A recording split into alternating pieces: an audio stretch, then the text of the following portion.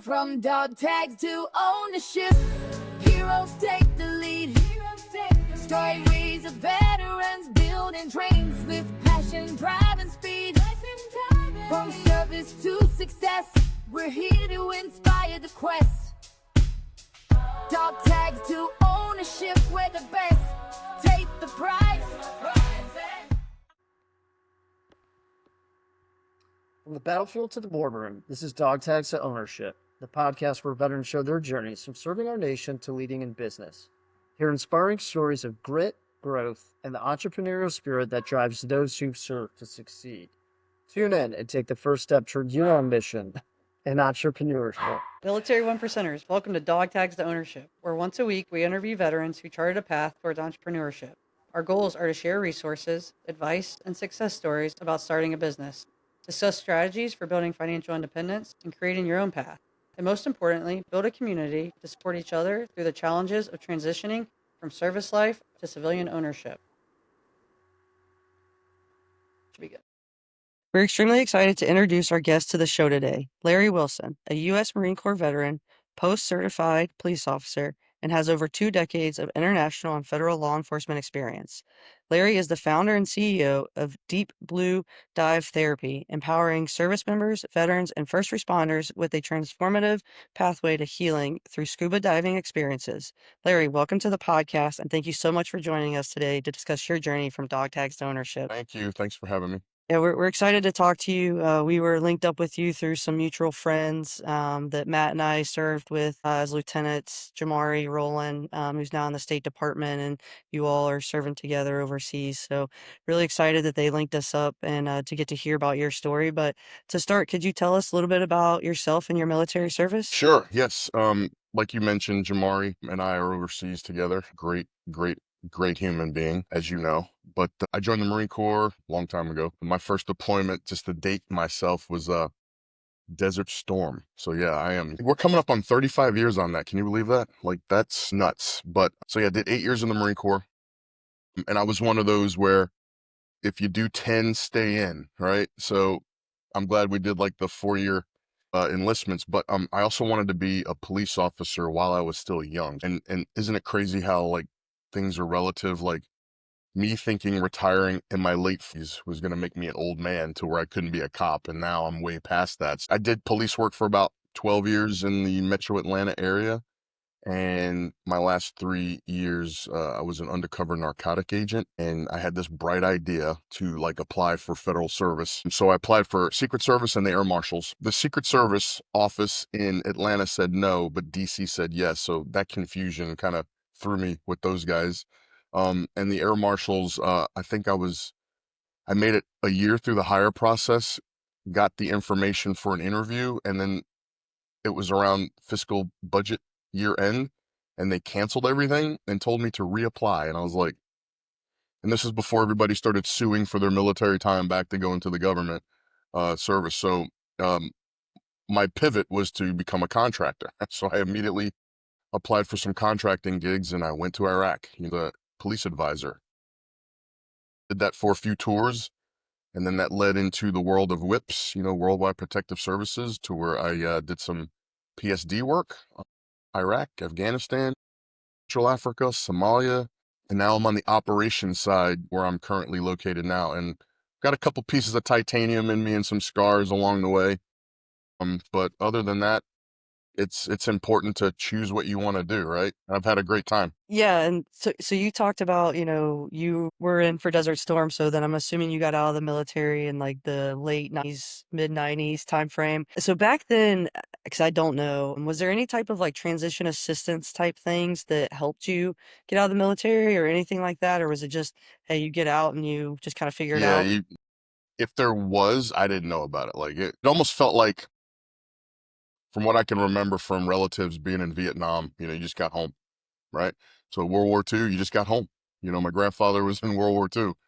He just got home, and you just tried to pick up where you left off. I guess kind of same thing. I guess the only transition, if that's a thing, was me getting into law enforcement and kind of keeping that same type of camaraderie and still the willingness to serve, right? So I think that's what helped me. But like, that was also my family's path, right? So my whole sleeve here is dedicated to my whole family's military service.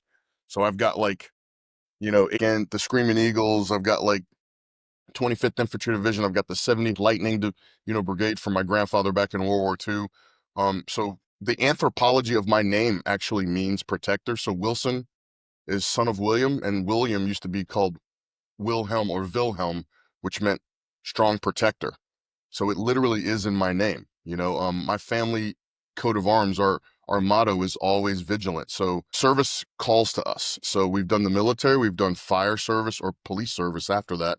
And I think that's what individually helped me in my transition, because if I didn't have that, God only knows where I'd be right now. But there was no assistance that I knew of. Yeah, what did that look like, Larry, as far as you get out of the Marine Corps, transition out, and then is there a gap between there and going into law enforcement, kind of pursuing that next career? I think there could be a gap, but I think I knew what I wanted to do so early on that I paved my own way, so to speak. I greased the skids. I made phone calls and reached out to the appropriate people. And I think we've all gone through this. You've got those that talk about it and those that be about it, right? So there are people that when they want to find the information, they know exactly where to look. And my experience is if someone asks me about something, there's two avenues they can take. If they're asking me about information that is readily available, I don't think that they really want to do what they're saying they want to do, right? Because I didn't ask any questions. I just knew where to find the answers, right? So that's the difference between, I think, somebody really wanting to do something or not. So I kind of knew who to reach out to. Again, I grew up with that in my family. So that was my farm system right there. You could ask family, or I could just try to surround myself with those I want to become. And I've learned that early on. So before the Marine Corps, I was in the delayed entry program. I was heavily recruited to play college football, but I wanted to serve that bad. So I threw away football scholarships to go serve. But also I read the newspaper back then. Yeah, funny. Read the newspaper, an actual newspaper. So like global geopolitical stuff I was always interested in, because I was a kid coming out of the 70s when we were getting hijacked left and right. And I was watching that stuff on the evening news. I remember when the battleship New Jersey steamed in off the coast in the Med after the Marine barracks went down. Like literally, I tried to join the Marine Corps when the Marine barracks blew up and I was 16. So it's like the old school stuff. But yeah, like my transition, so I became a jailer first. I got into the police department because I didn't go to the academy yet. You have to be sponsored, obviously. But there was this little break. Getting back to the football, like I literally tried out for the U.S. national men's football team, and I went to play football in Austria before I went to the police academy. I still went and played American football abroad, and I was on a 35-man team, and they had tryouts all over the country. And believe it or not, I was a big running back. So, yeah, I guess that was my little transition. It goes back to me saying I've always been blessed to do what I want to do. The chances of that happening, I was 25 years old, considered old when it came to football. And the guys on my team were calling me old man at 25, but I was running circles around their butts. I think that's such an important point, because as much as this podcast is about, transitioning to entrepreneurship, ownership, creating, your own company, it's as much about the mindset I think that service members have as they transition out. And I think it's so important that in your mind, you had a path to what you wanted to do next. And a lot of folks don't. So I think it's important that we, kind of call attention to that as well. Absolutely. I do agree. There are a lot of question marks when folks don't know what to do, because I think in the beginning, we all could probably fall into this, like even with you guys' path. Like I was a 19-year-old, made my mother sign the contract a year prior, which helped me because I graduated from Paris Island, my battalion. I graduated the honor man and the highest rank. So I graduated boot camp as an E3. And I attribute that to like a year of going to my recruiter's office and doing all the police stuff. I love history to be anyway. So that, like, learning about Marine Corps history, man, I was eating that stuff up just to be a part of that family and standing on the shoulders of those giants before me. Uh, I thought, you think you're going to be 19 forever. Nobody's looking 10 years. I wasn't, I couldn't spell 29, let alone look 10 years into the future, right? So we get caught up in that stuff and you do what you got to do. And then next thing you know, you're coming up on your first enlistment being over. And then you're like, huh, what am I going to do now? People, I think, chase that until they do their 20. And then by that point, you're institutionalized. Like, you don't know what to do because they remind you to go get your physical every birthday. Your family's taken care of if you have a family. You're getting all the plus ups. You got, like, you don't know how to take care of anything by that point. So then they loose you into the wild and you're like, what do I do? And we see what's happened, right? We see it's hard to work for someone in the civilian world who we think doesn't empathize or see our way, right? Because it's us versus them at that point. So that causes issues. Your health could be sideways, right?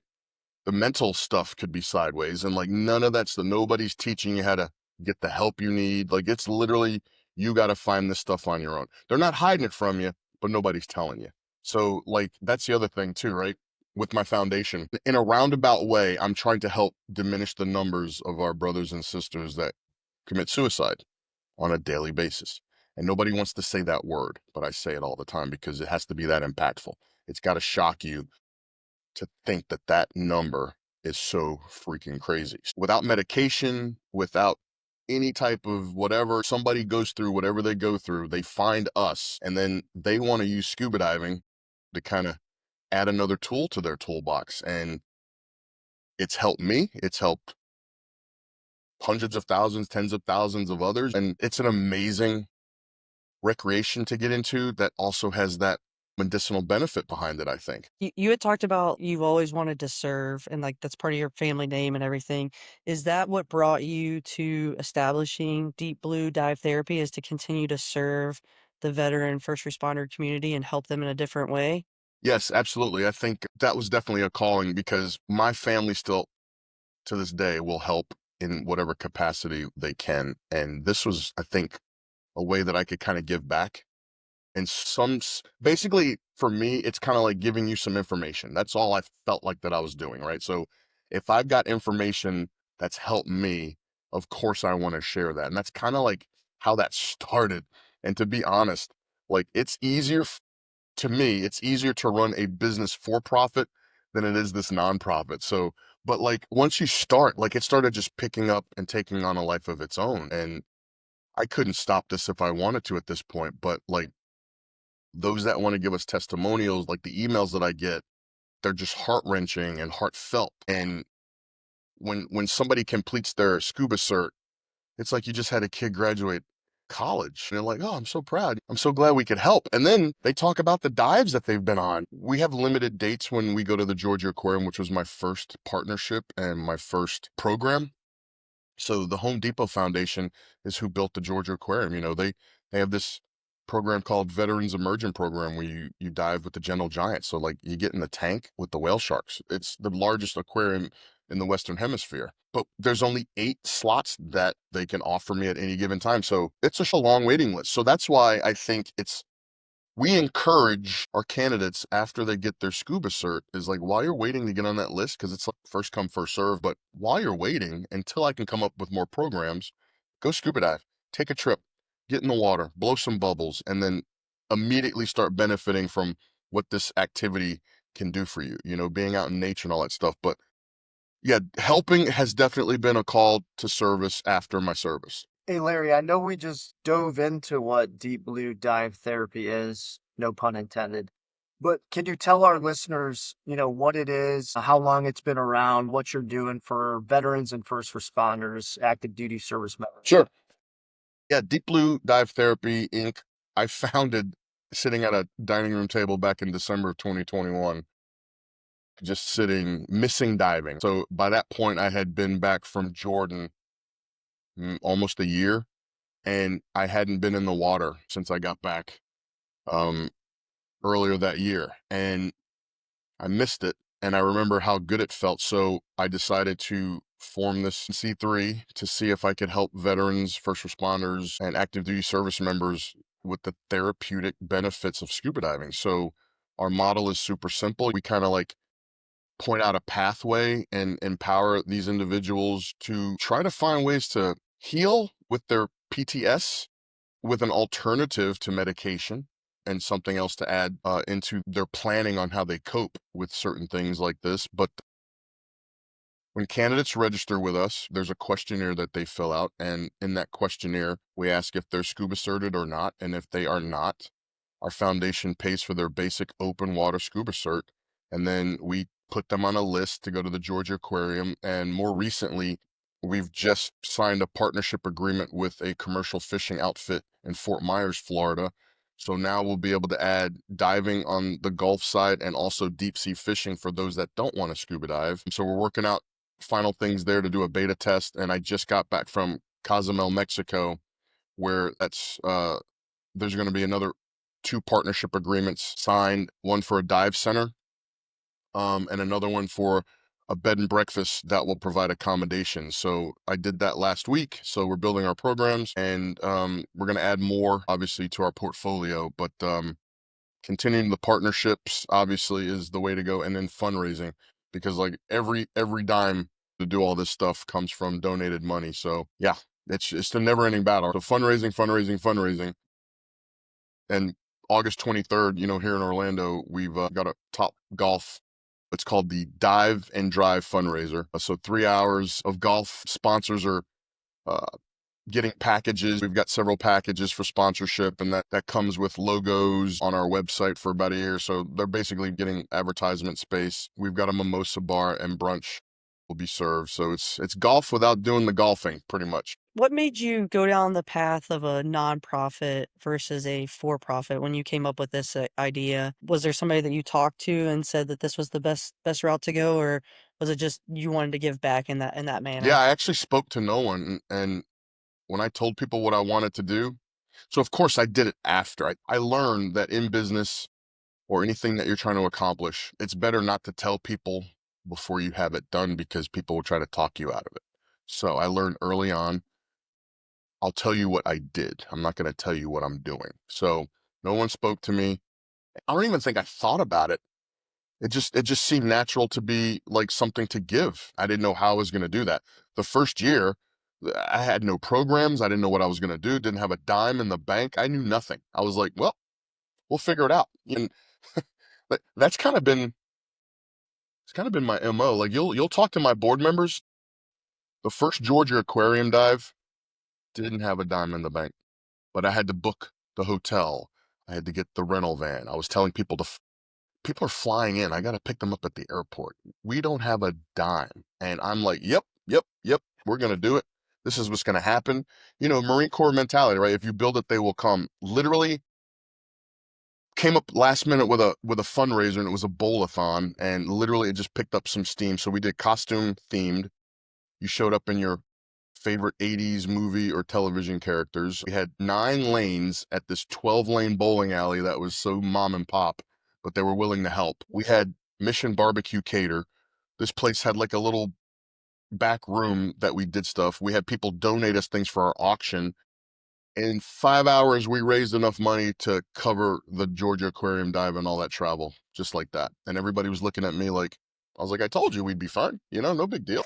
Like, I never done a fundraiser before in my life. Didn't know what was didn't know anything.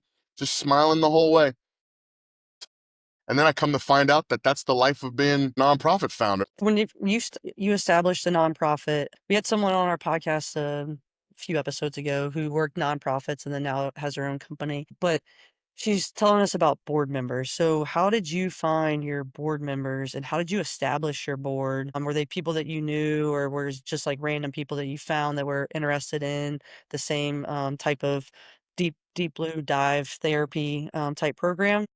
So that's a good question, because like during that first year of pretty much literally being on an island and not knowing what I'm doing, and so I did a lot of reading, a lot of research. Everything, oh, you need a board. You need a board, you need a board, you need a board. And I'm like, oh, okay. So, all right. How do you get one of those? No idea. So I just started thinking of some really impactful, smart people who they do align with our mission. I think 2 of my board members actually sought me out. So they didn't initially seek us out to be members. They literally offered their assistance. And over the course of maybe a year or more, having Zoom calls, found out that they wanted to be more impactful. So I just posed that question, like, hey, would you be a board member? And at this point now, there's obviously an application process after I'm, recruiting them. So they get application process, they the NDAs, all the admin stuff gets handled. I vote with the rest of the board members, but my COO literally sold me my house. And best friend, our families are great friends, and she's a beast, Casey Hilliard, and she gets things done. And I I tell people all the time, I go, she runs this, I'm just the face of it. So she handles it all. She's a powerhouse. Me delegating, she delegates. I've got another good friend of mine. He's in the Air National Guard now. He's a major. He's at Cornell Law School on his 3rd year. So you got to have a legal eagle to look at the paperwork, right? I've got a former Army major who is a veterinarian, actively a veterinarian, but also did some work, some tremendous work, with live tissue, stuff in the Army. So, I mean, I've got all these powerhouses and they know people and they can help network. So it just started to evolve on its own. The more I'm in this space, the more I learn what I'm missing. And like, again, the strategic planning retreat that we just had, but identified some gaps and we're trying to fill those gaps. And, you know, we do our annual board meeting once a year. Like this year after the strategic planning meeting here, I had everybody except 2 board members that were actually physically present, but we did a hybrid meeting. So I was able to have a monitor, the camera. So everybody's sitting around the table and we're having our annual board meeting. And I'm sitting there looking like, golly, I remember it was just me. And in 4 years, including myself, there's 7 of us. There's 7 members on my board. And it's amazing. And we're looking for more, So yeah, my goal is we're gonna up that number a little bit just to give ourselves a better chance of pooling some talent because everybody brings a real specific set. Like, so for us, it's like running a platoon. I've got certain squad leaders that have specialties, and that's the way I look at it too. So, like, to your point, like for us running businesses or whatever, the cookie cutter mentality of leadership that I implore is what we learn in the military. And it is the same for all of the things that I do. Like that discipline. Yeah. So if somebody was listening to this or following us, what is the best way for them to get into your program? Is it just to go to your website? Like, what's the best way? And then once they do get into the program, what do you all offer to them as being part of Deep Blue Dive Therapy? Yes, our website is definitely the first place to start. So, our homepage is deepbluedivetherapy.org. And then from there, they navigate over to the more link and it's a drop down and they hit register and it'll take them to a registration page. And then they just select if they're either a service member or first responder and then run through the questionnaire. Once that questionnaire is completed, they'll get confirmation that their submission was successful. And then somebody from our staff will reach out with next steps. And what we like to do is we find out what zip code a candidate is in, and if they don't have their scuba cert, we will literally partner them with a scuba diving center near them. We'll make the arrangements, and it's up to the candidate and the dive shop to get them scuba certified after we pay for it. And then we hopefully get notice that they've completed their training. We do some checkups, and then we go down the list and invite folks on some really cool dive excursions, especially now that we've started to put more on our repertoire. Yeah, so I think that's one thing that's different for you guys and other dive therapies is that you pay for the scuba certification directly as opposed to and you had mentioned before we got on here, but some organizations use like GI Bills or other things like that, but you guys pay for everything. And I'm assuming that's all through your sponsorships and all of your fundraising and all that you guys are able to pay for those scuba certifications. Absolutely. Yep.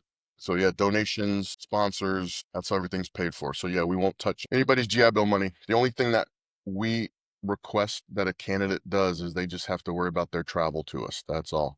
So even at the Georgia Aquarium, people get put on a list of 8. They get to us, but we cover the hotel for the day before and the day of the event, and then they check out the following morning. And then the hotel provides breakfast, but we also get catered food for lunch. And there's usually enough left over to where if they want to eat some stuff that we had at lunchtime, they can, or just go out and take care of dinner. But yeah, we also cover the accommodations to the Georgia Aquarium event. And I also want to point out, so it's not lost on our listeners, Larry, you're doing this all while you're still actively employed with the State Department and stationed in Israel, correct? Correct. Yes. So yeah, full-time job and still doing this. So the good thing about being over there, I work for a company that contracts to state. I'm in Israel. I'm hardly home, but the internet is pretty decent. I'm 7 hours ahead of the East Coast, so usually when I have a brain dump, my board wakes up to like a full inbox and it's usually all me. It's kind of like the advantage of being on the East Coast when the stock market opens and you're beating everybody on the West Coast, but like I'm literally almost a day ahead. So I'm super excited about that part because I'm leaps and bounds ahead of them after I even send that stuff. But yeah, still working full time, still trying to manage for-profit businesses. Also, I started a coffee company to kind of help be the financial arm of this. And we're called Diver Down Coffee. And we're literally adding a new SKU of dark roast K-cups. So I've got like a pre-order sale going on with that. And our website for that one is diverdowncoffee.com. And portions of those proceeds help fund our efforts with Deep Blue. So, because I wish I could turn a like into a dollar, but nobody told me that was a thing either, right? I didn't know that that's the thing to do. To me, it just made sense. So how many, you said you have some other endeavors for profit. How many other besides the coffee endeavors do you have? Have you always had an entrepreneurial spirit? I think so. So I've got a vending business, which led to the coffee company because one of my clients was like, "Do you do coffee service?" And I was like, "Absolutely. Absolutely."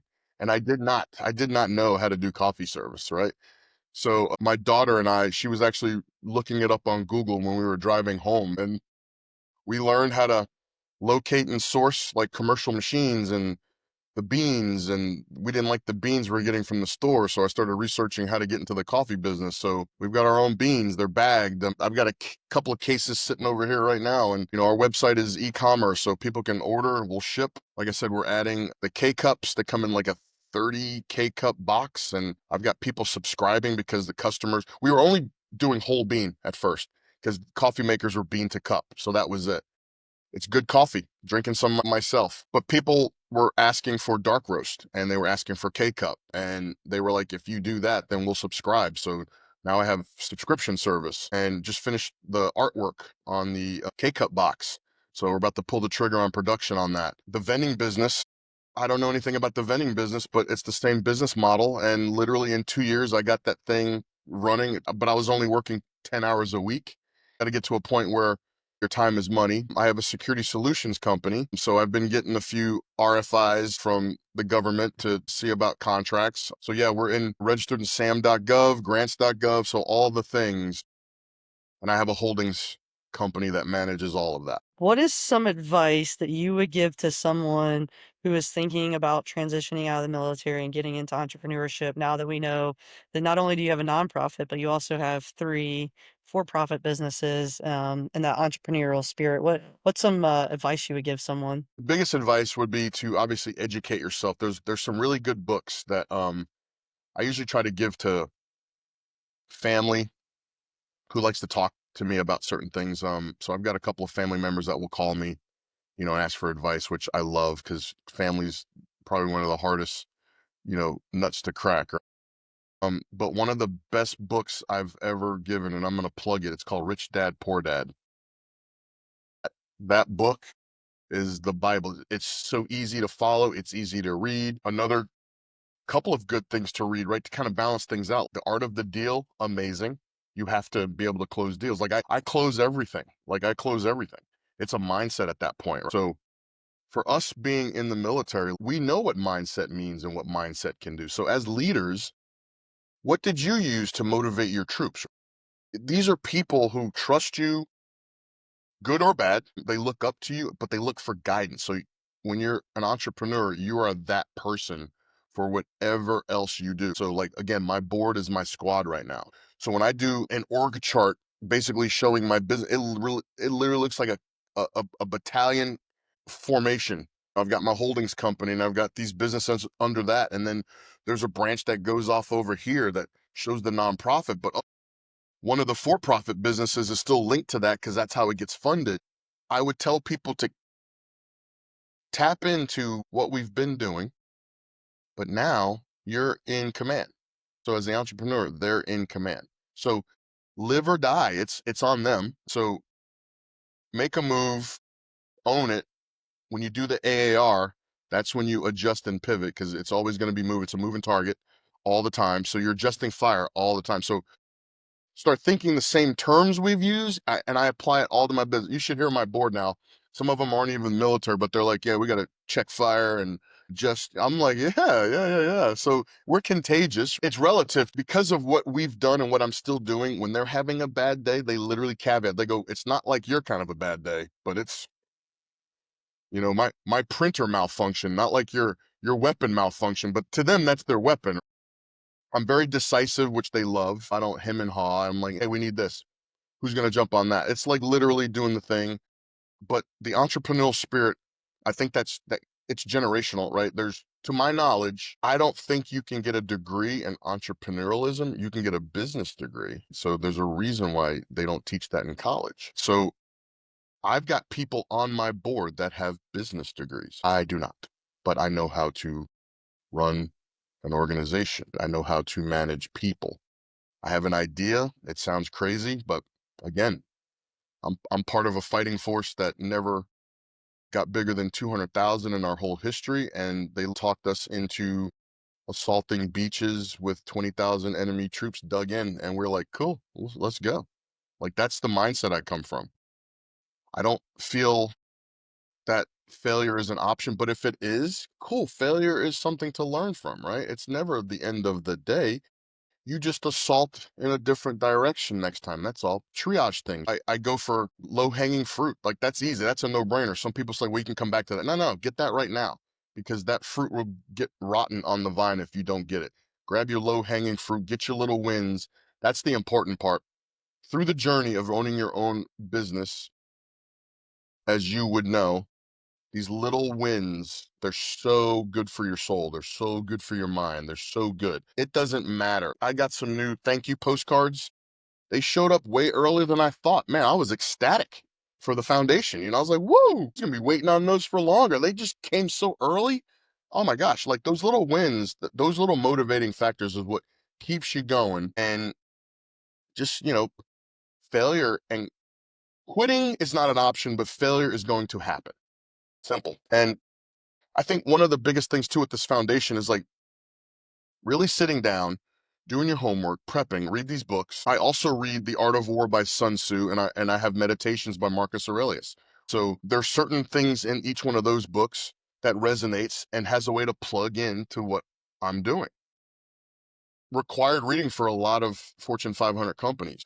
War colleges make you read some of these books. Like it's the same mindset. Check out the media section on the website. So it shows news clippings of me actually being honest about having PTSD.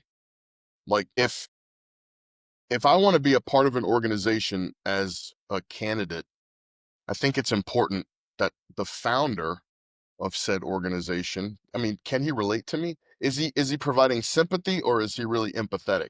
So I think it was important to let people know, like, hey, I'm not better than you. I'm just like you. And this has helped me. And I'm not a doctor, I'm not a therapist, but I do have a trauma therapist on my board right now, so who's a scuba diver who literally can find and retrieve all the data that says this is good, just like being out in nature anyway, but come see if this works. But the founder on television says, yep, I've got PTSD.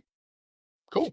Because that's part of the healing process too, right? So you got to kind of go through your own process to kind of fix yourself, heal yourself. There's no rush to it. There's no time limit. It's just take the steps to get you prepared to run a business. I'll give it over to Matt, but you, I think, already answered his question, but I'll let him still ask it. Yeah, no, you answered the question, Larry, which was, what would you recommend to our listeners as far as books or audio books? So instead of asking that question, because you've already answered it, you got the read ahead, I think. What does the next 5 or 10 years look like for you? Good question, because we definitely planned this out. So on our strategic retreat. So definitely we broke it down in 1, 3, and 5 years. And the 10-year, that long projection. Year one, I've already come up with some deliverables. Obviously that's partnering with certain entities, whether it be for financial support or partnerships that can help us provide more programs for our veterans, our first responders, and our active duty personnel to participate in. With the partnerships, we can increase our number of candidates that we put through scuba training, like using their local dive shops. Increased notoriety. So we'd like to go national. We can operate nationally now with people giving us a dive center in their zip code. So that doesn't matter. But eventually at the 5-year mark, bigger corporate sponsors, a fuller board, thousands trained, thousands on excursions. And then we're looking at maybe our own brick and mortar eventually, kind of like just have like a national headquarters and do things from there and continuing to help limit the number of individuals that are self-harming and getting people off the pills too. So can I ask a bonus question? What's your measurement or what does success look like? Success to me is anybody who wasn't a scuba diver can become a scuba diver and loves it and uses it to help heal themselves. Like that to me is success. So my my first my first candidate, he was actually interviewed at the Georgia Aquarium when we did this back in 2023. He was my first candidate, a Marine named Mike Brown, and he's given us a nice testimony on the website. But seeing him being our first to go through the program, like that came to fruition. That was an idea. Most people have to write things down to keep track of them. I do not. So I literally can sit still and I'll see everything I need internally and remember it, recall it, be able to recite it, give it back to the board members, blah, blah, blah. So I remember sitting at the table and I was like I said, had no idea what this looked like. But then fast forward a couple years after the idea and the inception, I'm looking at this first candidate sitting there in front of the camera talking about how deep blue dive therapy helped him, and now he's a scuba diver, and his wife was thankful. And I'm sitting there like, I'm super emotional. Like, you can't give me a microphone when I'm looking at, I'll start crying. I'll start doing all the boohoo, and I'm sitting back because I'm like, holy crap, I got to go on next. I'm like, oh, don't, suck it up. Like, it's your turn next. Don't be all red eyed. But, seeing that, like when that happened, I was like, this is a success. I'll get into the last question. So every episode, our last question is Admiral William McCraven authored the book, Make Your Bed, Little Things That Can Change Your Life and Maybe the World. So Larry, do you make your bed every day? Since I was a kid, I mean, I, I grew up in the military household. There was no way. There was no way. Like when your foot hits the floor, you are making your bed. My kids make their bed. Absolutely. You got to do the little thing. It'll cause a butterfly effect, just like not doing the little thing. You can't try to be a brain surgeon if you can't administer a Band-Aid. Like you got to do the little thing and then build on that. Those are the foundations and that discipline. Again, very disciplined human being. And I think that's what helps us as service members or former service members, like that discipline, man, carry that over into everything you do. You've got to be disciplined to run some businesses. You have to be. There are some deliverables and admin things that cannot be shelved or tabled. You've got to do it, right? So, and being disciplined, like one of the things I try to explain to a lot of people, and there's a quick analogy, and then I'm done. But like when a lobster gets bigger, their shell gets tight. So they are uncomfortable and have to shed that shell, go hide before the new shell hardens up. So you have to be uncomfortable to grow. You have to be. You cannot be stagnant.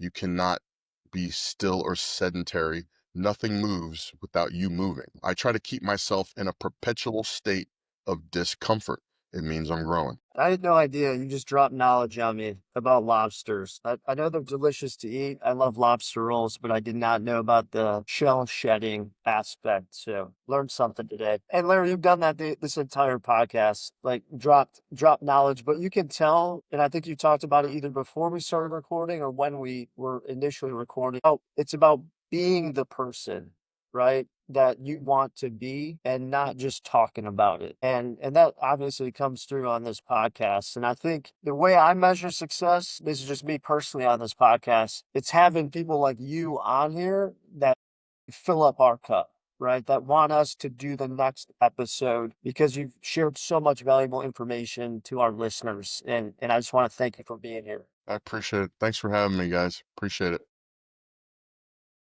Military One Percenters, whether you're brainstorming your first business idea, already running a company, or just curious about where to start, Dog Tags to Ownership is the place for you. Please hit that subscribe button to receive all new episodes. Also, if you know someone who has turned their dog tags into ownership, drop us a DM on social media or tag someone. We are always looking for new guests to bring onto the podcast. And as always, Military One Percenters, thank you for your service. Let's continue this journey and working together to write our next chapter. Until next week, keep pushing to turn those dog tags into ownership. From dog tags to ownership, heroes take the lead. Stories of veterans building trains with passion, drive, and speed. From service to success, we're here to inspire the quest. Dog tags to ownership, we're the best.